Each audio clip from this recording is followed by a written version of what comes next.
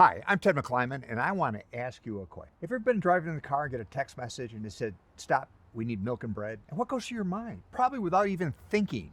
Immediately you have a vision of what bread is and what milk is, and you start heading directly to your favorite store without even thinking about it. It's non-conscious, it's automatic. You've done it 100 times. You drive into the parking lot, find a place to park, jump out, and you think in your mind, this is gonna be a quick trip. I gotta get home. But instinctively, you grab a cart, but without even thinking about it. You're immediately just overpowered by lights and sound and the experience of shopping. You probably initially go through the floral department, then the bakery, then the deli. Wrapping around to the high-priced seafood, to the meat, and then way in the back of the store is milk and bread. Well, what happened between the point of entering the store and meandering through the store to find milk and bread? You probably, like most of us, filled it up with all kinds of stuff you neither intended to buy, but you enjoy. Maybe the baked goods, you took the sample. Now you got a cake. Hey, seafood's on sale, why not? Well, by the time you get back to dairy, your cart is half full. You grab a gallon of milk, throw it in the cart,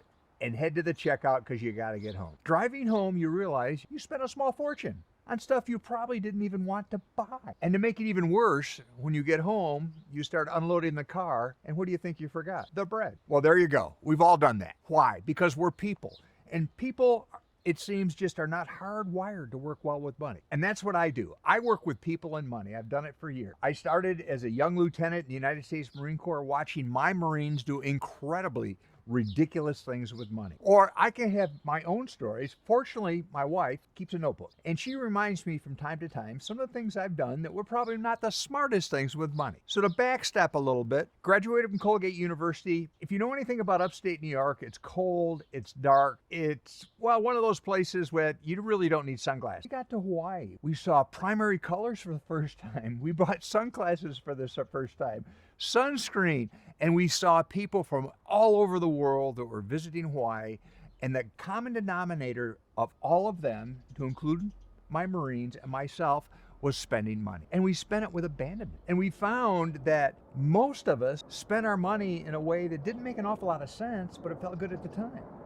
I set orders to Japan, and in Japan I get to experience the culture of Japan, to watch them spend and their relationship with money. So they're fully capable of making bad decisions. Came back to the States, did a tour at the United States Naval Academy teaching economics. Yeah, I know it's hard to believe, but at the Naval Academy, I was teaching traditional economics. Now, my background is classical finance, economics, and money. I was taught that we are rational decision takers, that we have perfect information, and in most cases, we will make the right choice. Well, not so much. Go back to my experience in Hawaii and my Marines around me that had problems with money. We had problems with money because we were young and newly married. But and most importantly, what I discovered, what as much as I taught in the classroom, it didn't translate to real life. It was so bad that I had graduates, and you got to understand, the Naval Academy, some of the brightest young people in the United States were making some incredibly dumb decisions with money that was causing them to lose their commission, to